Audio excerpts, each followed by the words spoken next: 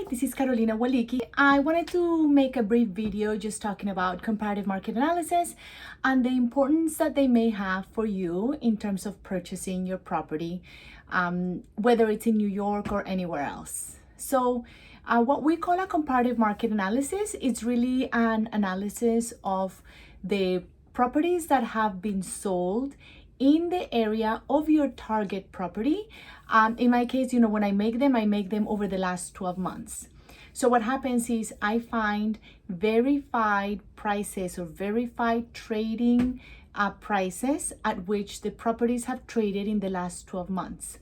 It is very important that these prices be verified by some sort of public record, so that way we know really the price was what it was.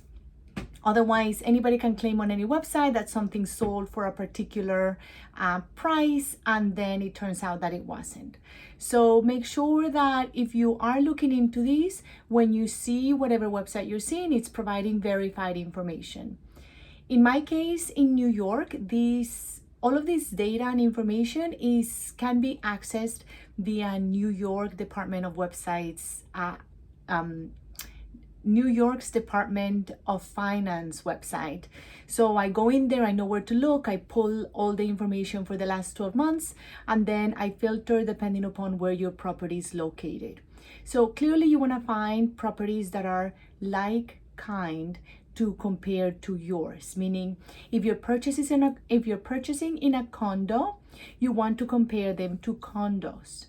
If you're purchasing in a co-op, you want to compare with co-ops.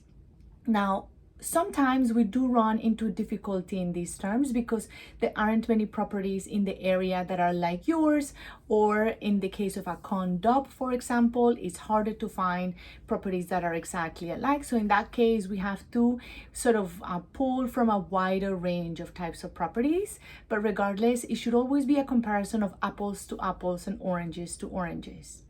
Now, a couple of pieces of data that are very important to look at when this type of information is pulled is clearly being able to arrive at price per square foot. Now, this becomes a little tricky at times especially when you're dealing with co-ops, because in co-ops you are purchasing shares in a building. You're participating in a corporation, as opposed to in a condo, you are purchasing real property. So it's a little bit different. Clearly in a co-op, your shares have attached a proprietary lease, which means that your shares are attached to the particular apartment that you are occupying.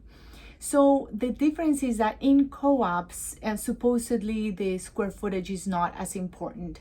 We still do use it as a bit of sort of metric to be able to tell what the price is like.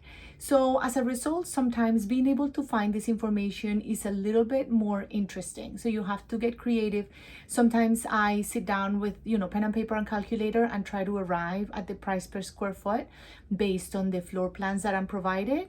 Sometimes I can look at the history transaction on the records that I'm able to find, and sometimes the square footage will be located on different places. So make sure that whoever's making this report for you is able to dig information in other places.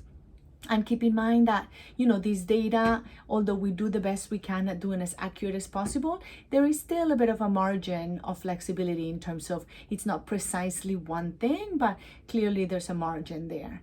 If it's in condos, the price per square foot is much easier to arrive at because typically the square footage is located somewhere. You can typically find it.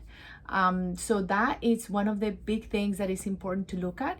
The second thing that is important to look at in terms of your market is the transaction, the time that it took from the property to be listed to the property to go into contract and being traded, because that's going to give you an indicator of where the market is at when you look at that period of time, right?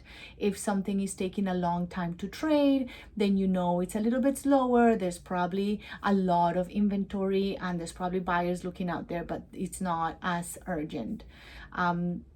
And then the third thing that I consider very important to look at is the timeline. So you can sort of spot trends as they're happening in the market when you make these, when you're able to pull this data as you filter it through the trading date, because then you can see how the price per square foot has changed in the period of these 12 months. Now, do keep in mind that although we try to stick as close as possible to a very close comparable, there's going to be slight differences. So we try to stick if something was recently renovated, if it's an elevator building, if there's a gym in the building. There's a lot of little variables that we try to stay as close as possible. Sometimes though, we may be unable to find properties that are very, very close, or a big amount of them. So sometimes we may resort to try to use properties that are as close as possible, but are not the exact. So for example, right now I'm working on a comparative market analysis, and I'm having difficulty finding a lot of 2-bedroom apartments that are similar to the one that I'm looking at. So I am including a couple of 1-bedroom apartments, because ultimately it's still gonna give me that price per square foot. So that's pretty much it. It is important to get this done when you're about to put in an offer. I consider this very important before I give any recommendation to my clients in terms of what I think their offer should be, or whether I have any opinion about it if I am asked, because I think as you progress through the transaction, it's a big deal. You're purchasing a home, you're making a large investment, and you want to have as much data as possible that you can refer to it later to support your decision. Now, ultimately, it comes down to how much you like the house. It comes to you're buying your home, so it comes down to, if you were to think a few years down the road and you were to realize that you let it go for $5,000, $10,000, or even $15,000, and you would still be disappointed by this fact, then perhaps that's providing you an insight on how much you like this home and what it's worth to you. Ultimately, make sure to, talk to your professional, talk to your real estate agent about what the market is like and what the recommendation is to place you in the better position possible, so that way you are able to have a winning bid and your offer is accepted and you're able to move forward as you wish. If you have any questions, I am available. I do work mostly with buyers in New York. I enjoy the educating process, the being able to share information that is relevant to people, and just the building relationships aspect of the business. So feel free to reach out to me, or if you have an agent, feel free to take this information back and just make sure that you're getting a good comparative market analysis before you put your offer. Best of luck and have a great day.